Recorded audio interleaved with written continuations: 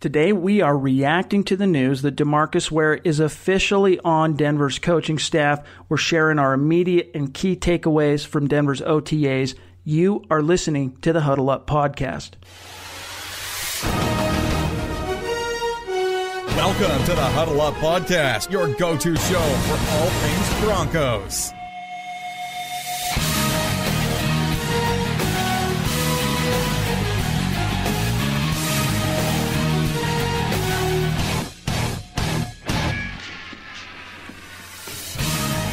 We took a week off, everybody, but we are back. Welcome to the Huddle Up Podcast, presented by Mile High Huddle and 24/7 Sports. I'm your host, Chad Jensen. With me is my co-host. He is your Denver Broncos reporter for 24/7 Sports. He is Zack Kelberman. Zack, it is that time on the NFL calendar, the time that we all dread. It's finally arrived, that drought between the end of OTAs and the beginning of training camp. So tell us, how are you consoling yourself with literally zero football activities taking place that you can analyze? Well, Chad, it's kind of bittersweet for me. On one hand, I like the fact that we have a little downtime after working many months straight. But on the other hand, it's bad for business. There's just nothing going on right now. It is the deadest point of the NFL calendar, and you will not see much, if any, football-related talk until late July. So it's kind of a bittersweet thing, but we'll be able to get by for sure. We'll get by. We'll continue to find interesting topics that we can spitball both on the podcast and, of course, on the website. And for those of you listening, I mean, if you have any ideas, things that you want us to cover during this dead time where we can kind of spread our wings a little bit, dive maybe even a little bit deeper, whether it's in the podcast form or written, let us know. We'll see if we can accommodate you. But follow the show, you guys, on Twitter. Thousands and thousands of you listen to this show every single episode, and yet the Twitter account only has like 550 followers. So help us correct that, you guys, and make sure you take some time, however you're listening to the show, to leave a creative review. It doesn't matter if it's iTunes, Stitcher, Spreaker, the YouTube guys, shout out to all you, Google Play, wherever. It's a great way to support the show, helps us to reach new listeners. Take a second, leave a creative review, rate the show. And then one last piece of business, we got to say thank you to our sponsor of today's show, Audible. You guys go out and get yourselves a free audiobook download and a 30-day free trial at audibletrial.com/huddleup. There's over 180,000 different titles that you can choose from, whether it's an iPhone, Android, Kindle, or MP3 player. audibletrial.com/huddleup. As you guys know, this is something that I use on a daily basis because I'm a voracious reader, and yet I don't always have time to sit down and turn the pages on the books that I want to read. But Audible allows me to get these books under my belt while I'm doing other things, whether I'm driving around, I'm in the yard, I'm at the gym, and you love listening to podcasts. I guarantee you'll also really dig Audible. So go to audibletrial.com/huddleup, sign up for the 30-day free trial. You get a free book to go with it, and then come back and let us know how you liked it. All right, so instead of waiting until the end of the show to hit the Mile High mailbag, we thought we'd take it at the top for a change because we are your football priests. We're here to offer absolution and answers to your burning Broncos questions, but we're switching it up because one of the questions we received this past week really touches on a topic that is not only interesting, it's pressing, it's important, but it deserves a deep dive. And this question comes from Sareth Chang on Twitter, at Sareth_Chang. The question is, why didn't the Broncos hire a full-time outside linebackers coach? And how can this affect Bradley Chubb's development? Now, Zach, before I serve this up to you, let me just say a few things. One, the Broncos, of course, for those that missed it, officially hired DeMarcus Ware last week as a part-time pass rushing consultant. Now, the plan of which VJ has explained to us, Vance Joseph, is for Ware to kind of swoop in, coach for a couple of days here and there, be at the facilities, be around for the home games, game prep, I would assume, stuff, and then presumably spend a good chunk of time at Dove Valley for training camp. Now, my take on this is that any DeMarcus Ware coaching you can get, you take it, right? It's a great asset. But Chang brings up a great point here. A little D-Ware, yeah, it's better than no D-Ware, but is it enough? Let us not forget, the Broncos have 3 first-round picks at outside linebacker in Von Miller, Shane Ray, and now the number 5 overall pick, Bradley Chubb. Now, I understand the argument, I've heard it already, that because it's such a talented group, they don't need necessarily a full-time coach, but to that I say hogwash, okay? Let me ask you this. Would you draft Baker Mayfield number 1 overall and then not give him a full-time quarterbacks coach? Would you draft Von Miller number 2 overall, not give him a full-time position coach? You would not. Okay, so it's a very unique, weird situation. And as we've discussed on the show, we've written about it on the site multiple times, Denver's plan for splitting up the outside linebackers is a little bit curious between Bill Collar on the D-line and Reggie Herring with the off-ball linebackers. But now D-Ware gets injected into that equation, and I think the Broncos, Zach, are hoping that it's going to be enough to bridge the gap and kind of bring this whole thing together. But to answer Chang's question, Zach, why do you suppose Denver did not hire a full-time outside linebackers coach, and how could it affect one Bradley Chubb? It is definitely a very interesting scenario not having a full-time coach for your top 5 overall pick, the number 5 overall pick in Bradley Chubb. But what Vance Joseph has done, he's really split up the coaching duties all along his new roster. That's kind of been his thing in year 2 now, is to divvy up the duties. You saw it in the secondary. They have a new cornerbacks coach to go with their safeties coach. Greg Williams is the new coach there. They have the new offensive line coach, and Sean Kugler. He's coaching interior offensive linemen, guards, and centers. So D-Ware, it's a great asset to have, yeah, but I would have liked the fact of replacing Coach Pug. After the season, he was one of the coaches let go. Yep. And they never. And Vance Joseph said right away, he's not going to be brought back. They're not going to hire an OLB coach. They're going to hire a pass rush consultant. And after many months, I guess, of negotiating and back channel talks, they brought in the best guy for the job, in DeMarcus Ware. Now, would I have liked it to be a full-time coaching position? Sure. We don't know why, though, it wasn't. We don't know the specifics behind his contract. Maybe he didn't want the responsibilities. He didn't want the game plan that goes along with it. We don't know. We'll never know. But I think based on his presence, and you have Von Miller there, and you have probably the best defensive line coach in Bill Kohler, I think that's good enough to get by with Bradley Chubb. I think they'll be okay there in terms of his development. This is a guy who is the best defensive prospect in the entire NFL draft. You're getting a day 1 contributor right off the bat. I wouldn't say he needs a ton of coaching, though I would like a full-time coach because he is transitioning from defensive end to OLB, which is not an easy move. Just ask DeMarcus Walker last year. Yeah. So I don't think it's going to affect him too much, but I think the more DeMarcus Ware, as you said, the better you can get for Bradley Chubb. We'll have to see how it plays out. And you're right. We can't know for sure exactly the reasons why Ware is only here on a part-time basis. We can infer possibly why through some of the things that he said when he was made available to the media that day that it was announced that he had officially been hired. And just reading between the lines, he talked a lot about his schedule and not having to, having time with his family and doing all. And so obviously that was a priority to DeMarcus Ware that he wanted to balance also with his passion for football and still wanting to be in the mix a little bit, on top of the opportunity that the Broncos were offering him. And, I wrote about this many times. Had the Broncos not hired some sort of expert at the outside linebacker coach position, I would have been extremely concerned about the number 5 overall pick, Bradley Chubb. That was a sincere area of concern for me. But even having him on a part-time basis, I would assume he's going to be engaged enough and present enough to do to coach Chubb and the other guys for that matter in the way that they need to be coached, not just from a technique perspective, but keeping guys motivated. My biggest question, we talked a little bit about this, Zach, off air before we started tracking here, but Vance Joseph talked about that Ware's going to be available for home games, okay? Well, that's 8 games on a 16-game schedule. What are the Broncos going to do when they're on the road?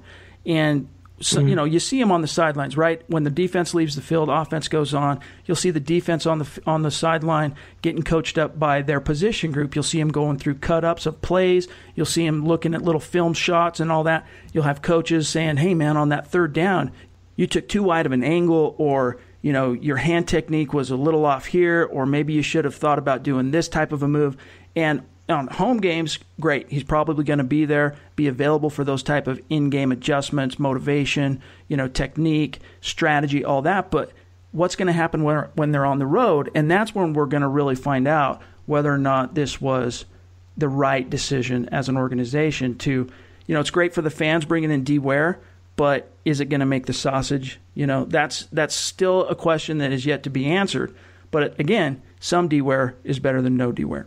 Yeah, and the onus does fall on Reggie Herring and Bill Color. Yeah. No, they're two of the best position coaches in the NFL, and Von Miller is actually working with those coaches in that room. It's an interesting dynamic. It's not very common. They're kind of going unorthodox with this setup here, but you have Von Miller, who learned from DeMarcus Ware. He took the torch from Ware. And now you have Bradley Chubb taking the torch, hopefully, from Von Miller. So it's kind of like the way of life in the NFL. It's a circle of life. And the only reason, I think, this is my opinion, the only reason they brought in DeMarcus Ware was to coach up Bradley Chubb. You don't need to teach Von Miller anything. You're not going to teach Shane Ray much. They already played together. Shaquille Barrett. This was for Bradley Chubb, and it was a great move by Vance Joseph. It was a no-brainer move. I would have liked him to be full-time, but hopefully what he can teach between now and the regular season can carry over where Bradley Chubb can ride without the training wheels. You know, one thing you think about Von Miller at this stage in his career, in his prime, I mean, aside from winning Defensive Player of the Year, there's no individual or team accolade this guy doesn't have on the resume. I mean, he's been to the top of the mountain in almost every sense of the word. So you don't have to worry about his technique. You don't have to worry about his get-off. But here's one area that I do think that DeMarcus Ware is in a unique position to be able to coach Von Miller, and that's from an accountability, motivational, tempo, are you really giving us 100% on your motor type of perspective? Like, you know, maybe it's a third down and he didn't quite see the effort. Some coaches might be a little bit intimidated to get too much up into Von Miller's grill, not in like a drill sergeant way where you're seeing DeMarcus Ware, you know, chew him out or anything, but rather having the wherewithal and also that dynamic of respect between Von Miller and DeMarcus Ware for DeMarcus Ware to be able to come in and say, hey, man, Von, dude, that play, that wasn't Von Miller. Come on, man, let's step it up. He can do that. And in that sense, I think it's something that can help keep Von Miller a little bit more centered, a little bit more accountable, that perhaps even last year when things started going off the rails for the Broncos, you know, Von Miller finished with 10.5 sacks. He was still a great force if you look at the Pro Football Focus metrics in terms of pressures. I mean, he was among the best in the NFL as usual, but the sack totals really weren't there. 10.5, at least he got to double-digit sacks, and that's great. But you didn't see any of those game-changing plays that you're accustomed to seeing from Von Miller. Who knows exactly why? There's a lot of situational variables that probably went into that. However, you got to wonder how effective Coach Pug was at that point. Was he at a point in their relationship, having been there? I think it was his third season coaching the outside backers, but the first season without DeMarcus Ware being a part of that equation, did he have the wherewithal to get after Von if he wasn't seeing the type of effort that he wanted to see? Because there were times, I mean, you can go back and look at some of the film. There's times where Von Miller blows off the ball and, you know, almost makes a play, and it's like, man, he was so close. And there's other times where he would just get kind of hung up, and you do wonder about motor or whatever when the Broncos are down 2 or 3 scores, right? So now with DeMarcus Ware in there, he's a guy who can step in at the very least, Zach, and say, let's go, man. Let's go. It doesn't have to be some big public display. It doesn't have to be a drill sergeant up in a guy's face. But he does have that posture with their relationship, the master and the Padawan, to call Von out if necessary. Yeah, there's a relatable factor there, and they have an interesting relationship. And Von Miller greatly respects DeMarcus Ware. That's his teacher, and he's been the student, and he's going to hold him accountable. It's a great point that you made, because Von Miller is among probably the best pass rusher in the NFL with respect to Khalil Mack, and not a lot of coaches would want to coach him up directly, and if anyone he would listen to would be DeMarcus Ware. And it's such a good example, just like when Von Miller skipped OTA practice, we made a kind of a big hullabaloo about that, that it didn't set a good example for the younger players, and maybe that's something that Bradley Chubb saw from Von Miller. You don't want to set that negative example. Anything you can help to do Bradley Chubb in his first year, mentally and physically on the field, can only benefit him. So there's no bad areas to DeMarcus Ware being back in the fold. You and I both can agree we would like to see him on a full-time basis. Absolutely. Well, and one last thing I want to say on this topic that's very interesting is, you know, we don't know exactly how far into the conversation Chad Brown got in terms of being one of the options the Broncos were considering for this position. But one thing that he has said publicly multiple times, because he is a guest host with 104.3 The Fan, so many of you might have even heard him say this before, but he talked about when he did his last internship program, I think it was last summer, with the New York Jets, Todd Bowles there, the head coach, he was, one of the parting thoughts that he was given from Bowles was that when it comes to coaching, because you see a lot of coaches out there who never played that position, and in some cases, guys who never even played football. That's a little bit more rare, but coaching positions that they did not play, right, as players themselves. And Todd Bowles, and again, this is something Chad Brown, a story he tells, Todd Bowles said that of all the positions in the NFL, the one that absolutely requires a player who has played that position is stand-up outside linebacker in a 3-4 scheme.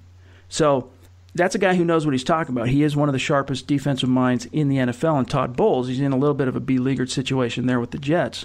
But what we can infer from that is that the Broncos recognize that as well, right? So they wanted to bring in someone, whether it was a Brown or in this case, obviously their top candidate was DeMarcus Ware, who can apply his practical experience to not only the teaching aspects, but also when they're out on the field. Like Bradley Chubb was talking about this last week in one of his interviews. He talked about the fact that they've been studying some film together as a unit, and that DeMarcus Ware will point out things, right, from an opponent, whether it's the way an offense is set, whether it's some kind of a tell that the tackle's given off, that none of the guys, including Von Miller, picked up on, and he'll point it out. That comes from the practical experience of being the guy rushing that passer, and that could pay some immense dividends for the Broncos in that sense. But again, you got to wonder what's going to happen when this team goes out on the road. You know what I mean? I don't know. Hopefully the film will be there enough to where they can diagnose the issues and they can kind of leave Chubb to his own devices. But I don't know what they're going to do. They have, like I said, a big onus on the other coaches on that defensive side of the ball. Yep. And there was a report that came out, speaking of Chad Brown, that the Broncos were interested in several other NFL players, former NFL players. Mm-hmm. And I have to think Brown was among that mix. It just made too much sense along with DeMarcus Ware. But you don't forego the guy who helped you win a Super Bowl, who's a future Hall of Famer. Right. And what's nice about this from a selfish standpoint is the Cowboys wanted DeMarcus Ware. They wanted to hire him in the same role to coach up DeMarcus Lawrence, their star pass rusher. Right. So it's nice that the Broncos beat his original team to the punch, and they have him under contractual obligation, however brief it may be, for the entire season. Yep.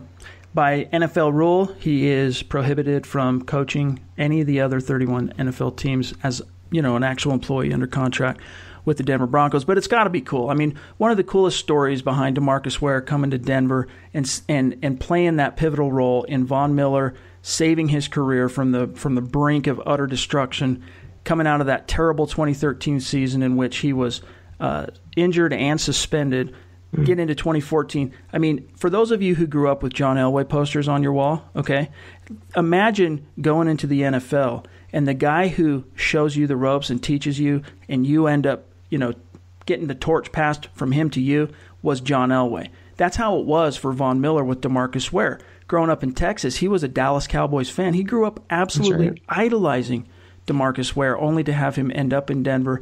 And then it's such a storybook aspect to see that how pivotal he was in terms of Von Miller not only turning his career around, but the Broncos winning the Super Bowl, him becoming the Super Bowl MVP. So it's very serendipitous in that respect. How perfect is that? How storybook, how Hollywood is that? Mm-hmm. And now he's getting coached by him. Like, you can't write this stuff. So we're optimistic. We have our doubts. We won't be able to see exactly how this arrangement, to answer your question, Chang, exactly how it's going to shake out. But overall, I think both Zach and I can agree that, we're at least optimistic in the fact that some D-Ware is better than no D-Ware. So absolutely. We move on to our second question. I think we'll keep it with two questions for today. It's from friend Jacob Smith. Win from now on is how he's got his name titled on Twitter, but it's at JSMileHigh9798. His first question, will we have a Mile High Huddle Fantasy Football League for me to get my revenge? Yes, to answer your question. For VIP subscribers, we're going to hold another fantasy league when we get a little bit closer to the season from VIP and staffers who want to participate. So yes, we'll hit you up on that. Second question, what's the best case scenario lineup for the no-fly zone? Chris Harris Jr. and Bradley Roby should have 1 and 2 locked down, even though both can work the slot, which Harris is more suited for. But your answer, what's the best case scenario? What's the best lineup in your mind for the no-fly zone, Zach? At corner and safety? Yeah, let's just go through the whole thing. All right, let's do the whole secondary. I think, obviously, Chris Harris Jr. is your number one now with Aqib Talib gone. But what's nice about him is he thrives in the slot. So if you can find two good outside corners, that can really allow Chris Harris to do his damage in his wheelhouse.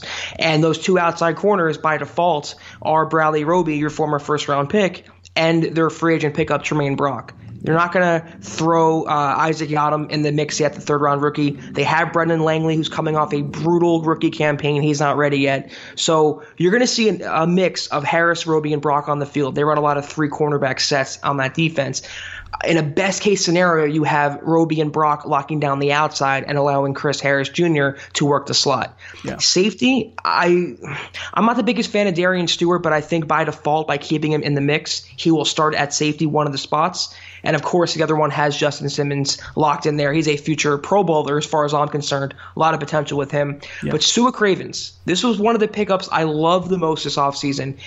Just a guy who can come in and defend the pass. No more will you see Darian Stewart and Todd Davis struggling to keep up with running backs, with tight ends, with wide receivers. That is what Sua Cravens does. So he takes over that Will Parks dime backer role, and they play a lot of sub packages. So you also see a lot of three safety looks in passing situations. So you'll see a lot of Harris, Roby, and Brock, and a lot of Simmons, Stewart, and Sua Cravens. That is your best case scenario, your best case lineup in the no-fly zone. And let me tell you, there shouldn't be – a lot of fans are freaking out. There shouldn't be that much drop-off after Aqib Talib. He's a great corner, don't get me wrong, but they have a lot of talent left in that secondary where they can still thrive and live up to that daunting nickname.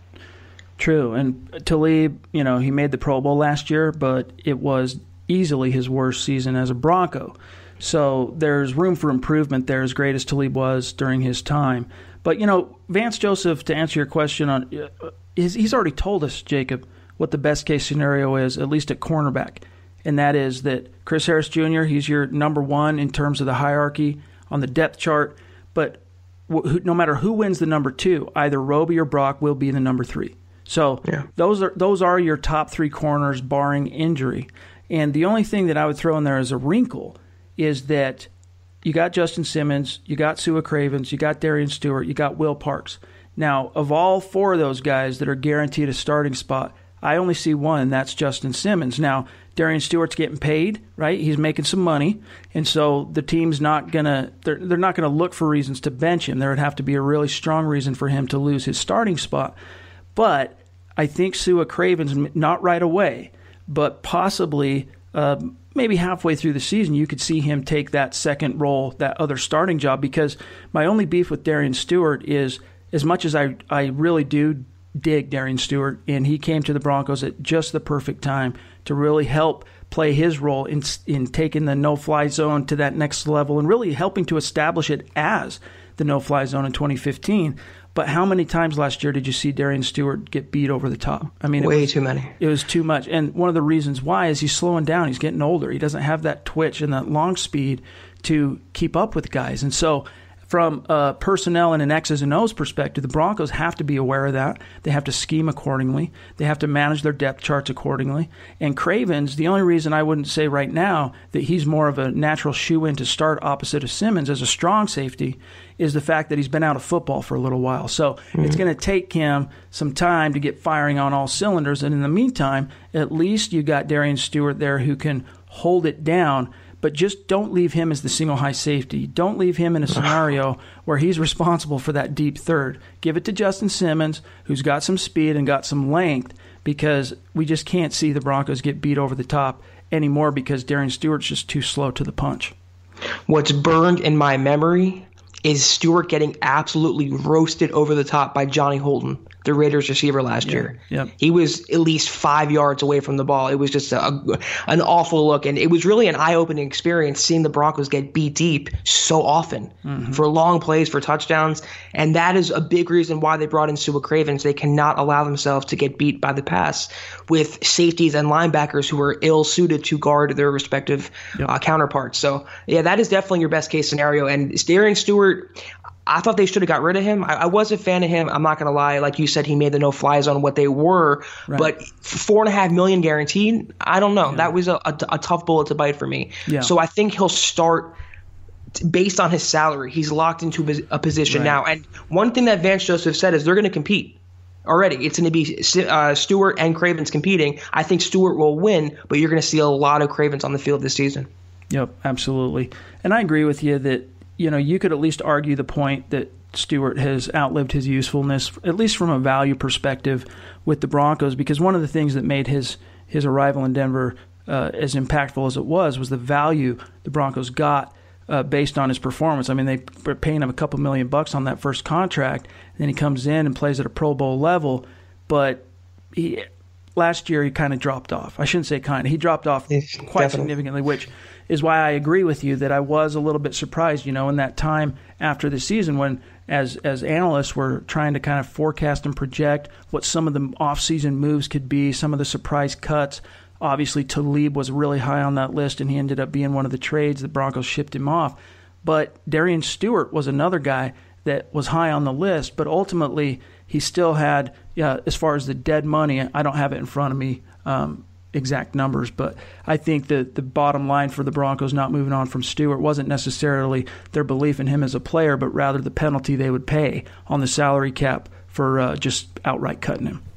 And one last point on Stewart. I think in 2015 he looked so attractive was because opposite him you had TJ Ward, who is a pure run defender. So Stewart looked better in coverage by default. And now Justin Simmons is the better athlete. He's younger. He's quicker. He has more explosion. So that's why I think you're seeing a drop-off between Stewart and Simmons versus Stewart and TJ Ward. So he's locked in for one more year, but I think he's definitely not the long-term answer. And hopefully, like you said, Cravens, who had a concussion last year, he briefly retired and came back to football. If he can stay healthy, he can be a long-term answer at safety for the Broncos. Wouldn't surprise me if Justin Simmons ended up as one of the team captains this year. So not at all. Just keep an eye on that situation. But let's move on. A couple other things. We got the mailbag under our belts, obviously. Let's talk about some of the storylines, or at least one key storyline that emerged out of OTAs. And it's one that's very interesting to me, was Vance Joseph's decision to publicly call out the first-year wideout Carlos Henderson. I say first year, you guys, because he did not play last year, which even though he's heading into his second season as a pro, it's technically his first year. But anyway, Henderson, of course, missed the whole rookie year with the thumb injury, and heading into this, his second offseason training program, he's mostly been missing in action. And we found out that he's been dealing with a hamstring that's kind of flared up on him, which has caused him to miss multiple practices. And then Coach Joseph, publicly, he lets us know, it's a hamstring. And then he says, quote, "It started in phase 2 and hasn't got better. He's got to get back on the field if he wants to make this football team," close quote. Now, you wrote about this, Zach, but the reason this is interesting is because, A, Henderson is a 2017 third-round investment. That's what he represents. And B, it's not often that you see a coach publicly kind of call out a player who's injured. Now, we all know the injury bug is the great leveler. It's no respecter of persons. It can strike at any time. For VJ to come out and say what he did, calling Henderson's future into question and his place on the team, I don't think that was a slip of the tongue. I think VJ was trying to motivate this kid, Zach, trying to reach him somehow, because you can't make the club from the tub, right? We've heard that a million times. We've heard availability is the best ability, right? All those cliches. But what do you make of VJ's comments? And do you believe, Zach, as some fans do, you just take a look at my Twitter mentions, that the coach was out of line pressuring an injured player to risk further injury by rushing back to the field? First of all, I kind of call out Vance Joseph for the way he's handled some injured players, and that started with Shane Ray. And I wrote about this a couple times, and I put it on Twitter. If this is way off topic with Shane Ray, but it pertains to Carlos Henderson. If he was injured, Shane Ray, if he had a sore wrist, which he admitted it bothered him throughout the whole course of the offseason, why was he practicing? They held out 4 or 5 other injured players. Why not hold Shane Ray out for voluntary, non-contact, otherwise meaningless practices? So then he follows that up by wanting to make an injured player get back on the field who has a hamstring injury, and hamstrings are one of the most notoriously nagging injuries in all of sports. It is so tough to come back from, and unless you give it the proper time to heal and rest, you're going to re-aggravate it and make it worse. Why get him on the field now when it's minicamp is over and they have a 6-week break? But aside from that, I think it was a public way of motivating him. Mm-hmm. You could not script a worse start for Carlos Henderson. This his entire rookie year with injury. Then he gets popped for marijuana in January. Now he's missing all practice time with a hamstring injury. He was a 3rd-round pick. They wanted him to contribute as a a juice guy. They wanted to add some juice on offense, juice on specials. Didn't work out. I think it was Joseph's way of really motivating him in a roundabout way to get back on the field and earn his spot on the 53. Competition is the name of the game right now in Dove Valley, and they have a lot of other receivers. They drafted Cortland Sutton. They drafted Deshaun Hamilton. That was an indictment to me on Henderson and Isaiah McKenzie. Yep. So they have receivers waiting in the wings. Those 4 are locks, along with Demarius and Emmanuel. It was a way to motivate him. I think it was a way to publicly send a message to him and get back on the field, earn your place here. I don't know if it was the right thing to do because he was injured, and you can't blame him for getting injured. Hamstrings are just a pain in the butt. I think that's what Joseph was going for, is to say, listen, you have to step up or risk getting cut, shape up or get shipped out. He's definitely trying to motivate the kid, and I think he's also trying to say that, listen, injury is what it is, but you got to toughen up a little bit sometimes. And again, it's OTAs, which is why he wasn't being forced onto the field, okay? There wasn't more pressure being put on him internally. But once they get to training camp in the preseason and roster battles are being decided, I mean, NFL players do it, you guys, on a day in and day out basis. Fight through pain, fight through injury. And unless it's literally something that makes it impossible for you to execute your job. I mean, players, they understand that if they're not on the field, even if they're hurt, they're going to, and it's not always in their best interest long term, but they're going to fight through the pain, right? They're going to get out on the field because they're so paranoid about losing their place in the sun. They're so either paranoid about losing a starting job or at least their place on the roster. And I think it's some of these football realities that have yet to dawn on Carlos Henderson, and we cannot, question why. We don't really know. But obviously, this kid is still acclimating to life as a pro. If he's having to be told by Vance Joseph, whether publicly or privately, that, listen, you can't make the team if you're injured, I think there's enough room there to possibly assume that the Broncos aren't completely convinced that this guy couldn't go.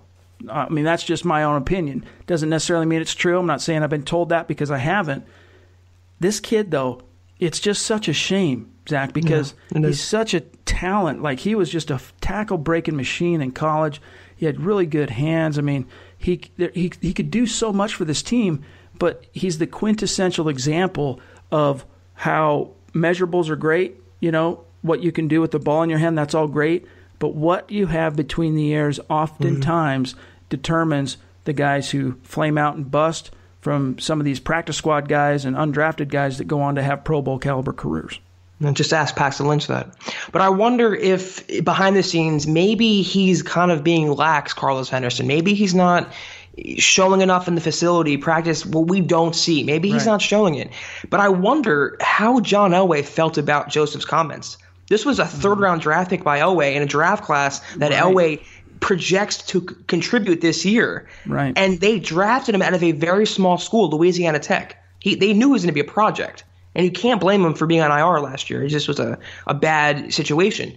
I just wonder how that comment was received when a few months ago, Vance Joseph said that they're depending on Henderson to contribute in the slot as a number 3 guy. And now they're saying he might not make the team. It's kind of an all or nothing, feast or famine situation there. So I don't know how that was received in the organization, but it was definitely a message being sent to Henderson that there's better guys on the depth chart now, and your roster spot is definitely not secure. That's a great point. All of a sudden, this additional pressure is being put on a guy who represents a third-round investment, barely a year old, right? So you do have to wonder exactly whether or not that was something that VJ did off the cuff in a sense where he didn't get approval from VJ or from Elway or what. But, I mean, bottom line is there's 13 receivers on the roster right now, counting the injured Jordan Taylor. And, I mean, competition is rife. You got guys like Tim Patrick, who no one saw coming, just completely balling out during OTAs, and the 2 rookies, which you already mentioned. So, yeah, I mean, the demand for those roster spots is going to be high this year. And if he doesn't find a way to get over whatever's holding him back, I mean, he's got 6 weeks, so let's at least look at the upshot on this. He's got an opportunity to get better. We'll see how it shakes out. Now, here in just a second, Zach and I, we're going to share our main takeaways from Broncos OTAs. But first, let us holler at you about why you got to become a Mile High Huddle VIP subscriber. Because, listen, our approach to covering the Broncos, we're not just about reporting the news, although we pride ourselves you guys on being able to relate to you all the breaking news on the Broncos as it's happening in real time. Right now, that breaking news, it's pretty slim to none, right? So what we're going to focus on even more in the coming 6 weeks is breaking down the Broncos in depth, whether that's all 22 film reviews, X's and O's, deep dive player evaluation, and as you've probably figured out and seen on the site coming out of the draft, we're continuing to break down on film the 2018 draft class. But listen, we save our best and most in-depth content for our VIP subscribers. And to become a Mile High Huddle VIP and to get 100% access to our written analysis and our VIP insider forums, just click on the green banner at the top of the website. You click the monthly or the annual option, whichever is easier for you, whatever you want to do. But then you're locked in. And from there, you get access to everything we produce, which includes any insider info that we pick up along the way. And we work hard to bring you guys the best coverage of the Denver Broncos on the web, and we ask for your support by becoming a VIP subscriber. So you pull the trigger, you have our word, you will not be disappointed. All right, so the Broncos, of course, completed their offseason training program. You got phase 1, 2, and 3 now in the books. OTAs gave the Broncos 12 practices per league rules, and while we can't make, actually that's 13 practices now that I think about it, or is it 12? I think it's 12. Yeah, it is 12. Yeah. Anyway, very finite amount of practices that they can execute during the offseason. And so while we can't make any, season-defining predictions based on OTAs, there is plenty that we can glean from what took place. Now, Zach and I will go through and we'll share what we believe are 3 key takeaways from OTAs. And Zach, why don't you start us off? Well, for one, and something I just kind of touched on with Henderson, was a different Vance Joseph in his sophomore year. This is a guy who was brought back, I believe, by the skin of his teeth. There was a case that they should fire him last year after his 8-game losing streak and finishing 5-11. I think he's really out to prove that he can be this leader of men. You're seeing a different persona with him. He's a little more rigid. He's taking commands a little more, being a little more assertive. And I think he heard the call from John Elway that to step up and be that leader, the reason they hired him. And you saw that with the Henderson thing where he kind of made a statement. If he went out on a limb and he took that into his own hands, he's showing his superiors that this is my team still. I'm the coach, and I want to kind of make a case with my players. So, and I'm not saying that it's going to make any difference. He even said himself, Joseph, that the wins and losses will determine his fate in the fall. That's going to come down to. If he can make the playoffs, he's guaranteed to be around another year. If they have another losing season, I think he's gone. But so far, from what we've seen in practice, you're seeing a much different Joseph, not only in coaching the players, but also addressing the media. He just strikes me as much more assertive, trying to be a little more dominant, just as a real hard-nosed head coach and not so much of a player's coach. Yeah. Second, I absolutely... Let me just say something on that real quick, Zach, before you jump to your second one. I agree with you that he seems to have a little bit more of an edge to him, right? Like when he's talking, he's got, I don't know, he's just got kind of an edgy energy about him. Does. And then the other thing that we've heard more than one player say is that, and these are guys who've been around, who were here last year to see what Vance Joseph was like as a first-year head coach, but saying this year that he has a sense of urgency and that he's actually in the trenches, rolling up his sleeves, coaching on a one-on-one basis, whereas last year he was more of the 10,000 feet guy, just kind of making sure things were running smooth. But now you're actually seeing him in the trenches, coaching alongside his assistants. So interesting developments from VJ. On more point on Joseph, I don't put too much stock into what's said in May and June. This is sunshine season. This is rainbows and unicorns.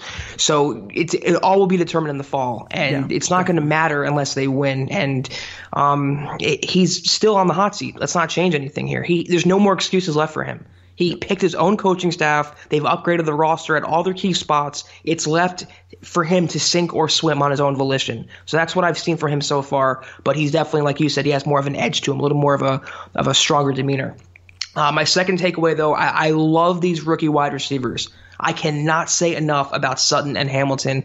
Sutton especially, this was a guy who was a first-round talent. They got him at number 40 overall. I love the pick when they made it, and thus far on the field, he's done nothing but own this Broncos secondary. Again, it's OTAs, it's non-contact practices, they're very walkthrough type team drills, but you're having Sutton completely moss Bradley Roby. Brennan Langley. He's owning the secondary, and he's just making those high point 50-50 type catches, highlight reel plays, and it's so encouraging to see because of the uncertainty with Demaryius Thomas and Emmanuel Sanders. Next year, they're getting up there in age, they're very expensive, and to have two day one receivers ready to take over who are clones of Thomas and Sanders in Sutton and Hamilton, it's just terrific to see so far. Both those guys will contribute significantly in year one.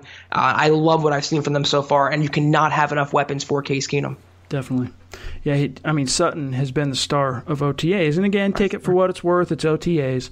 But the early returns on Sutton and Hamilton as well, but especially Sutton, is that of all the second-round picks John Elway's made in the last 5 years, this is the one that seems like the real deal. Yeah. It's the sure thing. And the jury's still out on DeMarcus Walker. I think he'll have a good season. But speaking of that, my third takeaway from OTAs is competition. There are so many roster battles right now taking place, and they're letting it develop into training camp, which is the no-brainer move. But you have it at quarterback with Lynch and Kelly, running back with those three running backs, receiver, tight end, cornerback, safety, inside linebacker with Josie Jewell, defensive line when you have Shelby Harris, Wolf, Gotsis, and Walker.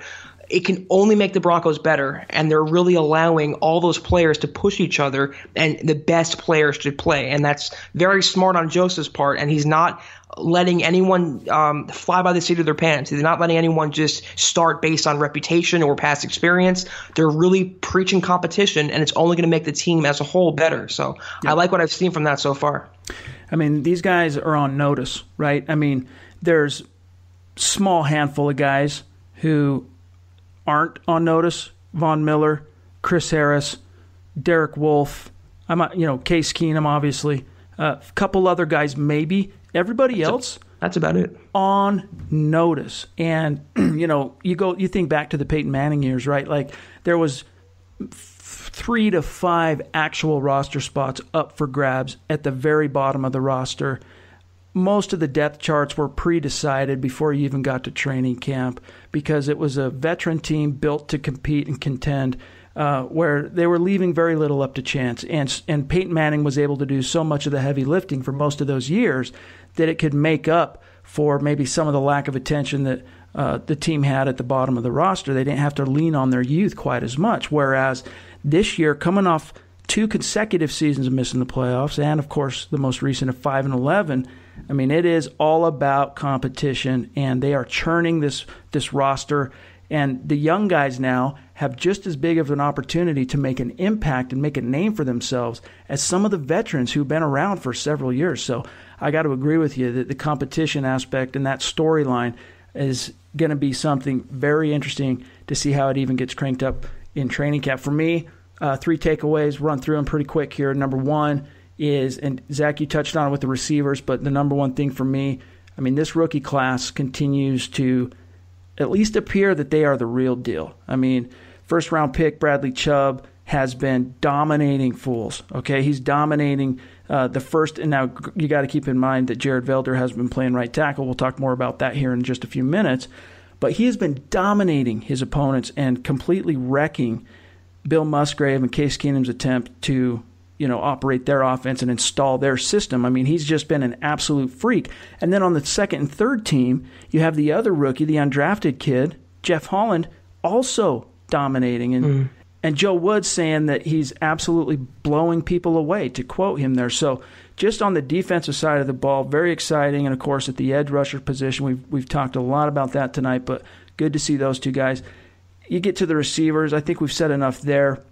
You look at Josie Jewell, who has earned props from multiple veterans, and you just go down the line. We haven't had a chance yet to see Troy Fumagalli because he's coming off some stuff, but from front to back, this is looking like a rookie class that is coming in that can compete and contribute right out of the gates, and that's what the Broncos need this time. The Broncos, unfortunately, due to the last couple of years, they are in a position where they have to be able to rely on their depth and their youth. They were in that situation last year, and as we saw, the 2017 class was found wanting. I don't think you're going to see that this year, Zach, with the 2018 class. I think you're going to see these guys step in and really make a contribution. I said it before and I'll say it again. This was John Elway's best draft haul as Broncos GM. And I don't think it's particularly close. You have a mix of day one contributors, steals like Chubb and Sutton, and also long-term successors at corner, at inside linebacker, at tight end with Fumagalli. David Williams, a running back. They have Sam Jones, the guard, who can maybe be a starting caliber guard in the future.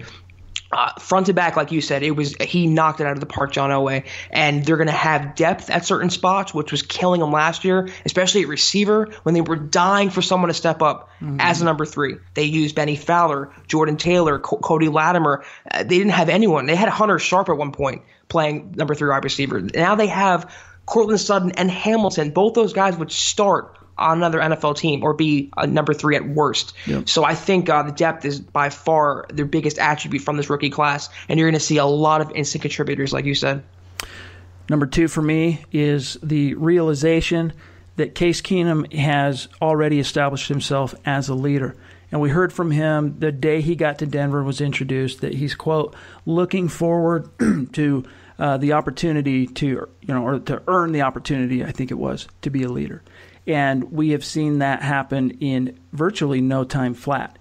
The entire offense is responding to him. Demaryius Thomas talked about this kind of weird, awkward transition phase where he was kind of expecting himself, DT, to kind of be showing Keenum the ropes, and they got to a huddle, and they were about to call a play, and Keenum said, and DT went to start speaking, and Keenum kind of stopped and said, no, I got this. And DT was like, sweet. Finally, 2 years post-Peyton where he's kind of had to step up and be that vocal leader. That's not his game. He's notoriously a shy, introverted person. Yeah, and the Doubting Thomas 30 for 30, I think it was, ESPN did. His own father talks about how cripplingly shy DT is. So for him, he can lead by example. That's no problem. But for him to be that rah-rah guy and to step in and kind of take command, that's never been his bag. And Emmanuel Sanders, he can't do that for the offense. He's been too much of a diva guy. I don't think guys take him very seriously, just to be frank with you. It has to come from the quarterback position, and we're seeing it with Keenum. Now, it hasn't been perfect. I mean, number 1, they're going against the Broncos defense, which is still loaded with talent. And number 2, they're all learning a new offense. There's some common themes left over from last year, but mostly, and Bill Musgrave has said this multiple occasions now, he completely installed a new offense. Which, speaking to that, and then I want to get your take, Zach, it's a more player-friendly offense. So that's going to allow guys to hit the ground running and assimilate this new install and this new playbook a lot more quickly to where it becomes second nature, where they're not thinking on the field. Last year, I mean, Chad Kelly told us, I don't know if he was supposed to say this, but during an appearance he made on draft night on Denver radio, he said that one of Mike McCoy's playbook had over 1,000 plays in it, okay? Absolutely ridiculous. They would practice plays knowing full well many of them would never get put into the game plan, and then they would run plays on game day that they had not practiced. It was just a completely helter-skelter approach offensively. There's a reason it didn't work. There's a reason he got fired, but you're not seeing from what the guys are talking about, the calls, the verbiage. You're not seeing long encyclopedic type of play calls. It's a system that Musgrave, who's very smart, very savvy as a former quarterback himself, has made, knowing that, look, even though this is my second year, let's call it, I guess it's his first year as a full-time offensive coordinator, but he's knowing that he's having to install a new system to make this as easy on his players as possible, which is great because Gary Kubiak's system was not player-friendly. Mike McCoy's system was not player-friendly. So you're seeing the guys struggle a little bit in terms of picking up the offense, but I think once you get into training camp, the install and the teaching part of it is done now. And so you're going to see guys spend this next 6 weeks while they're on vacation, nosing the playbook a little bit to just kind of solidify what they've learned, get to training camp, and you're not going to see players thinking so much. And I think, Zach, that's going to be a huge asset for the Broncos. Yeah, based on everything we heard, Mike McCoy's playbook was like a Cheesecake Factory menu. Yeah. It was just way too thick. It was way too many plays, and it was not being digested easily from the Broncos players. But that's what Bill Musgrave wants to do. Last year, he couldn't retool the system. He kind of just pared down the playbook. He didn't overhaul it. And now he's putting in his own plays, his own schemes, and it's going to help the whole offense, not just the quarterback. Now with Keenum, we mentioned competition, how good it is for the rest of the team. But the one area where it's so nice not to see competition is starting quarterback. Yep. Finally, to have that guy settled going into training camp, not having it last through the preseason, and not giving that quarterback reps with the first team and letting him build chemistry. And speaking of chemistry, Keenum is holding that passing camp with Thomas, with Sanders. They've already started to gel, and it's so encouraging to see. And that's one thing the Broncos really, really liked about Keenum in Minnesota, was that he came into a very risky situation and not a favorable situation, from Teddy Bridgewater, from Sam Bradford, and he rallied that team to one game within the Super Bowl. Yep. And he's not the most high upside. He's not a Pro Bowler. He's not a Peyton Manning, Tom Brady. They don't need that. They need a stable hand who doesn't turn the ball over, can make plays, survive in the pocket, and lead this offense. They had no leadership on offense the last couple of years. Simeon was not a leader. Lynch wasn't a leader. Your best leader was probably C.J. Anderson, and that's not saying much. Yeah. So to have someone like Case Keenum, just his presence alone in that huddle, like you mentioned with that anecdote with Thomas, it's going to help them tremendously. And not only that, but his physical talent. He can make plays. You can win on the arm of Case Keenum. He is not Trevor Siemian. So it was a great pickup. They saved some money there by not going after Kirk Cousins. They zeroed in on Case Keenum. They got their man, and they feel like his best ball is ahead of him. He's only 30. And this is his first real starting gig now, and they feel like he is scraping, the tip of the iceberg here. So great pickup, and I've loved what I've seen so far. The real test will come when the Bulls start flying, but nothing but encouraging beginning so far for Keenum and the Broncos. That's right. He's still young enough. I mean, we don't want to get too far ahead of ourselves, but he's young enough that if he just gets in here and dominates, and as Zach said, he doesn't have to be an all-pro, but if the Broncos win and he plays at an above-average level, he's a guy who could be Denver's long-term quarterback. Doesn't have to be Chad Kelly. Doesn't have to be Paxton Lynch. He's young enough that he could play in Denver another 10 years. That's the truth. So, we can't get that far ahead of ourselves and expect that. But agreed. I mean, John Gruden told him coming out of college, Keenum, you're going to be okay. And I think we're starting to see that prophecy, if you will, that football prophecy begin to come true. Now, one last topic, and then we're going to get out of here, is, again, we got 6 weeks basically. Zach reported a couple days ago that the Broncos are expected to report for training camp July 27th.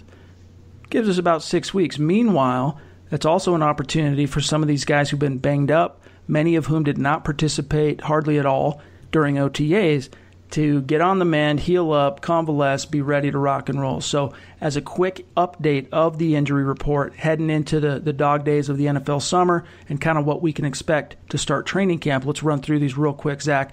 Jared Veldheer, obviously the Broncos acquired via trade, big right tackle, definitely expected to be ready for camp.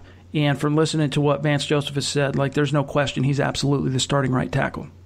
Yeah, there's no one. They had Billy Turner there, but it's not. It's just a placeholder. Jared Veldheer, when healthy, is a top 20 tackle in the NFL, and the only reason he was held out was a precaution. Same with a couple other players that we'll mention in just a second here. Yeah. That ankle injury hurt him. It ended his season last year, but he'll be good to go for training camp. He is locked in as a right tackle, and he is a massive, massive upgrade on Stevenson and Menelik Watson. He said himself that he's 100% healthy, so this is all precautionary. Broncos just playing it safe. And then Ron Leary's been with him. He's experienced some knee soreness, which we saw also last year during his time as a Bronco in the early, in the offseason and summer, just a little bit of knee soreness. So the Broncos just being cautious. Also expected Leary to be ready for training camp. But one quick note, no official decision, according to Bill Musgrave, on whether he's going to actually move to left guard or if he's going to stay at right guard. That decision hasn't quite been made. I think it's made. I think they're just kind of playing coy with it. He'll play left guard. That's his natural spot. And not only it's his natural spot, but he helps out Garrett Bowles and helping him in a big year two for him, having a stable guy next to him, probably a Pro Bowl caliber guard right alongside him. So I think he'll play left guard, and I think he'll do very well there. He was probably their best offensive lineman in 2017. Yeah, absolutely could be a huge asset for Bowles and could really help facilitate Bowles making a quantum leap in year two. Next, we have Jordan Taylor. Not a whole lot to say here. He's still recovering from bilateral hip surgery. Not expected back until basically halfway through camp. So he's in a situation, Zach, obviously, though, where his roster spot is very much in jeopardy. I think it comes down to him versus Isaiah McKenzie. They're going to keep 6 on the 53, 4 are locks, and you have 3 guys competing for 2 spots, Henderson, Taylor, and McKenzie. I think Henderson, even though he was called out, he's a third-round pick. They'd be really dumb to cut a third-round pick in his second season and not having him play the snap yet. Yep. So I think Jordan Taylor's spot is in serious jeopardy. Keep an eye out on the dark horse, Tim Patrick, who's been – there's some guys I've talked to who have been gushing about him. So just keep an eye on him. Carlos Henderson, we've talked about him already. I think enough said. His prognosis is unclear, but it is a hammy, so I think we can expect him to be ready to go for camp, but he's definitely under the gun. Now, Demaryius Thomas, he had a little foot tweak, but he is expected to be ready to go for camp. But you wrote the piece on that, Zach. Much has been made, and obviously because he's been kind of beat up and he's the star player, but he's fine. If this was a game week, he'd practice, he'd play. Yeah. No concern there. They held him out. He didn't have to practice. It was meaningless. He will be good to go for camp, and he's locked in as a starter. Now, one that's a little bit more convoluted, a little bit more interesting is Clinton McDonald, the free agent acquisition, the big defensive lineman formerly of the Tampa Bay and Seattle Seahawks. But he's been dealing with a shoulder. He had an off-season procedure.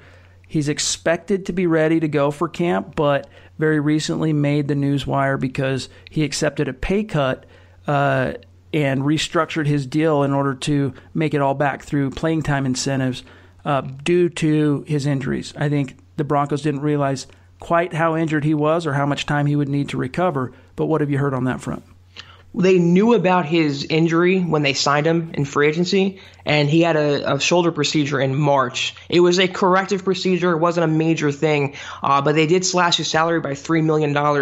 He'll be able to make back $2 million if he makes the 46-man roster and $1 million if he makes the 53-man roster, 3 in total. So he will make the team if he's healthy. It was a good pickup for them, a very under-the-radar pickup because he's an interior pass rusher. He's had something like 10 sacks in 3 seasons, and from a defensive tackle, that's big for them. They need a guy who can push the pocket. So if he's healthy and he'll be ready for camp, he will make the roster. He will collect his money back. But right now, he's still coming off shoulder surgery, and it's still kind of a little touch and go. Yeah, it's still up in the air a little bit, but I think we can still be optimistic. And then the last 3, I'll just run through these. Troy Fumagalli, we've touched on. He's overcoming a sports hernia. He's expected to be good to go. Shane Ray, we all know the story there. Likely to miss the first couple of games, recovering from surgery on his wrist. And then lastly, the real unfortunate turn of the offseason program was depth linebacker Deontrez Mount rupturing his Achilles and being lost for the season. But that about wraps it up as far as the injury report. One guy to keep in mind, though, with Mount's injury is Joseph Jones at linebacker. That's a very under-the-radar guy right now who's making his bones on special teams, and he might not make the final roster, but if he can impress the coaching staff, he can earn a place on the practice squad. So keep in mind Joseph Jones' name. Keep an eye on that guy, Joseph Jones. Keep an eye on Tim Patrick. But I think that's going to do it for today. We're coming up with stuff that we're going to talk about during the offseason, so stay with us. We have some exciting stuff cooking. We're going to go around the horn probably and check in on our brethren in the AFC West with some experts in those respective cities, so stay tuned for that. But you can find my partner, Zack Kelberman, on Twitter, at Kelberman247, myself, at Chad N. Jensen. As always, the best way to get a direct response from us, hit us up on the MHH Insiders VIP message board. But when it comes to Twitter, Facebook, we're always going to try to engage with you as often as we can on social media. And we've been flirting with the idea, we've talked about this before, of doing some live shows on YouTube. We're slowly working toward that. If you want it to happen, leave a comment. Let us know somehow, whether it's comments or social media. But again, another reminder, a call to action, support Mile High Huddle, become a VIP subscriber. And speaking of subbing, make sure you're doing so to the podcast, y'all. For Zack Kelberman, I'm Chad Jensen. We'll talk to you soon. Mile High Huddle.